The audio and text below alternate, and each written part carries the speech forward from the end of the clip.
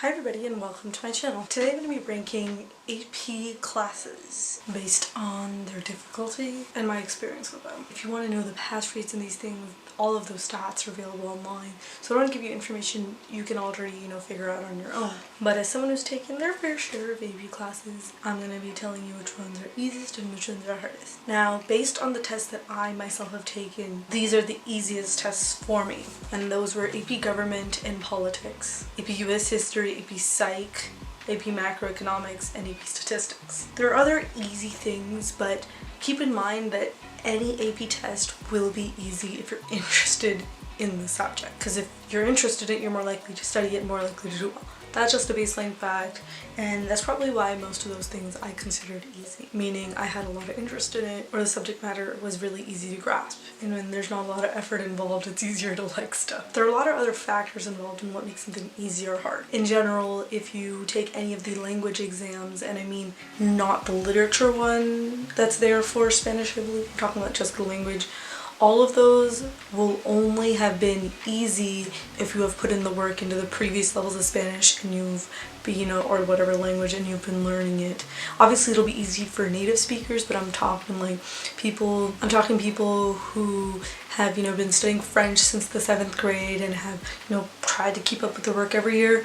You're likely to do well on the exam. As for the Spanish literature one, which is like Spanish language but on drugs, that's bound to be hard because it involves not even just a really good comprehension and grasp of what you are reading, but understanding the culture, colloquial things. There's just a lot to go in there. I won't really touch on that. Like I said, in general, if you're taking any of the language tests, it'll really only be easy if at the point, when you start learning at the beginning of the year, you've taken 3 or 4 years, or even if you've taken less, you've put in a lot of effort the previous years, and you could at least carry on some sort of conversation. That does mean you have to have a fairly good grasp of mechanics, grammar, things that are commonly said in the language. I put languages in the medium hard section for this, so that's not going to be explained later on when I tell you which one's easy and hard. So for easy ones, I'm gonna give you that list first. Calc BC. Y is a little bit complicated, but essentially I believe you have to have taken AB to go to BC, at least in most schools. Maybe you don't have to for the AP exam. To BC, you had to do decently well in AB, and you had to have a fairly good concept of AB. A good portion of BC's AB, it's about 66%. So if you've already done well, the chances of you, having to grasp 33% material that is similar and builds on it is likely. That's why that one went in the easy section. If you're jumping straight into there from pre-cal, you're gonna struggle a little unless, you spend the whole summer studying or you have a really good interest in it. The next two are art history and human geography.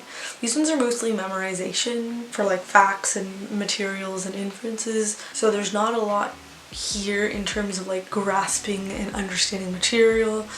It's more just, can I use flashcards? Can I make Quizlet work? So there's not really much there. The next one I put in easy is music theory. Now, why am I putting it in there? The majority of people who take this have had some form of music experience before, myself included. So, just learning a few other things that maybe you didn't learn while you were playing or learning to sing or whatever, however it is you got involved in music, is not going to be too difficult. And if you've already had some sort of music background, it's just not that difficult to learn a little bit more or see how it integrates into what you already know. The next one I'm putting on here is AP Comparative Government. If you guys know anything about this class, it's pretty much, there's like 5 different governments you need to familiarize yourself with. Right off the bat, it just seems really interesting to compare 5 different governments that exist, talk about them. Even if it's not interesting for you, you only have 5 you need to know. The next one I'm grouping together is AP Art and Seminar and Research. I don't know too much about Seminar and Research, so I won't talk much about that. But AP Art requires you to make a portfolio all the way throughout the year. So if you're in this one, your chances of doing well are pretty high because you've been working on creating this portfolio all year round. And if you even got into the class, there's usually a lot of criteria. So you've probably already surpassed that, which means you definitely have the technique and skill to get that far. I'm also putting US government under easy. I do have to point out though that if you don't have the motivation to study for it, don't expect to do well, because there are a lot of aspects of government that sure you might know through the news, but there's more to it than that. It requires quite a bit of memorization. I put a lot of why I did well on this exam to my teacher because I wasn't really interested in this till somebody made it interesting. So if you're self-studying, that's a different case, but for a lot of these classes I think that like how you're taught it really matters. But anyways, I'm putting that in the ease department because it's like mostly memorization, knowing how the government works, and especially if you live in the United States and you're taking the AP exams, it's pretty useful skill to know about your government and just kind of incorporates into your, like your general knowledge of what you know. There's not a lot of work to be put in here. You just gotta memorize a lot of stuff and connect everything together. The last two easy ones I'm putting on here are macro and micro, although I think these could be classified as maybe medium hard, but I'm keeping it as easy because it's, again, mostly memorization, but there are things you do need to understand, like about how, you know, what happens to the market when X happens and Z happens, but it's really just following patterns. For macro, I did not take micro, but my sibling is taking it and says it's similar. So it's one of those things though that you can't just like try and do the test on your own without studying, because you do need to have an idea of like how certain factors affect certain things. But regardless, this is like one of those things where you could probably just, you know, read a little bit, watch some videos and get that going. I totally forgot to add in English language. English language is one of those ones that you can easily get a 4 or a 5. It's really focused on mechanics and the pass rate's really high, and I know people who can't even write who can get this one done. It's definitely the easiest English AP that there is. It definitely helps if you take it in school because then you're developing the skills and you don't need to kind of do a lot of studying. You can just go into it and be good. If you're trying to self-study for it, you might just be a lot of people I think would be qualified enough to just take it and get a 3 right off the bat, maybe even a 4. And a 5 definitely if you're talented. Point being that there isn't too much extra work if you're just doing like B-level work in school. I think you can easily get a 4 on the exam. So now to the middle difficulty. Like I said, I put languages in here except for Spanish literature one because I can't really gauge difficulty or something like that. Although I would have to say it's hard for any non-native speakers who don't have an interest in Spanish. But anyways, I'm putting like the histories in here. So US history, world history, and European history. Mainly because there is memorization, but you also have to interpret documents, talk about how X affects Y. So in addition to memorizing a bajillion facts, you also need to understand how one thing led to another, how all these things are interrelated. So there's a lot of thinking there. But I think this could be considered easy if you're interested in the topics. But it's still a lot of work to do this, and you definitely need to be paying attention because you need to understand how this event that happened years ago relates to this event and how they all led together, and how, you know, this did this to the economy and that led to this event happening. Like, there's a lot of interconnected things, and so it does involve careful paying attention.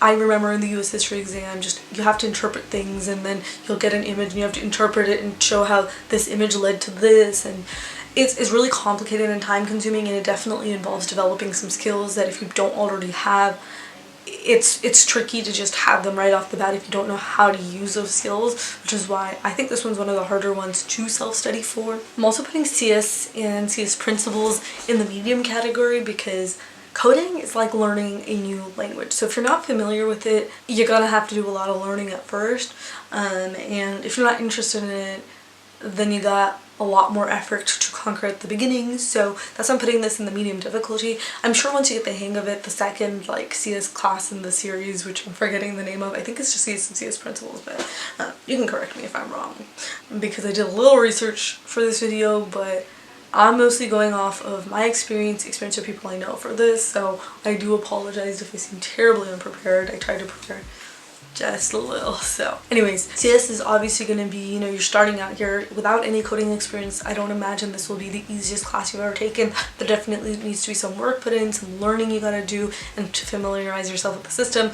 Obviously once you get the hang of it, it'll definitely get easier, which is why the second in the series will definitely be more of a breeze. I'm also putting biology in this one because the way the biology exam is, they changed it the year I took it, but They made it a lot more like, inference based, reading and whatnot, but you need to develop those skills again. It's similar to the history exam I was telling you about, where yeah, sure, you need to know a couple facts here and there, but that doesn't help you if you don't know how to use those facts to interpret effects and things. So that's why this one's a little bit trickier. You definitely need to train your mind on how to think about what would happen if this, thing was removed. What would happen if this function wasn't working anymore? How does this lead to this? It's very similar, like I said, to the US, any of the history exams where you have to make inferences and say how which event leads to another. And it really just focuses on a key thing that AP exams really care about nowadays, which is critical thinking. Memorizing is not critical thinking. I mean, like, anyone can waste their time memorizing stuff, and for some people it's easier than others, obviously, but it doesn't reflect thinking. Like, you're not thinking when you're just dumping information on the page, but you are thinking when you have to look at two things and see how they relate to each other, and look at like how removing a process would like help somebody. Because if you just memorized what the process does and you don't understand what's going on in the process, then you're not going to know what happens if that, certain function in the process isn't working and you can't do it. Which is what they really care about, which is why I'm putting that in the medium as opposed to the easy, because like I said, memorization, though time consuming, is not a hard skill to get. Lastly, I'm also putting stats in here. Now, I think stats could be, go to the easy category for sure. But a lot of people, because it has a really low cutoff rate for grades, tend to underestimate stats and think it's just going to be a breeze. Stats is easy if you're, thinking and focusing on like what concepts are involved. I mean, like, stats is one of those things where you can train your calculator to do everything. You just have to understand what's the question asking and how can I do it on my calculator, how is it related. So it's not particularly tricky, but if you don't know how, what the question is asking relates to what function in your calculator, how can you do it? And if you have a bad teacher, that's not going to be easy. I think stats is one of those things that can be mastered on your own. You can definitely watch videos online and get clarification when needed, but it's definitely not too troublesome. And for the hard exams, okay, for hard, I'm putting in here like deep STEM and English Lit, okay? So here's the first one. I'm putting physics in here. If you're taking any AP physics exam for the first time and you do not have a keen interest in physics, you're gonna have to put in a lot of effort to do well. And I'm not saying that's a bad thing, because whatever makes you do well, but you want to study smart. Like, you want to be doing practice problems, not just blindly memorizing stuff. Then you have some background in it and you're more likely to do well on the other physics exam. So the more prerequisites the physics classes have, the more likely you are to do well on them, because you've already had a lot of background, you know what to expect. So I would say the earlier physics classes, you can put them in the more harder category, and then the later ones where, you got to have like a decent amount of background, that can be put in like the medium category. I'm also putting English Lit in here.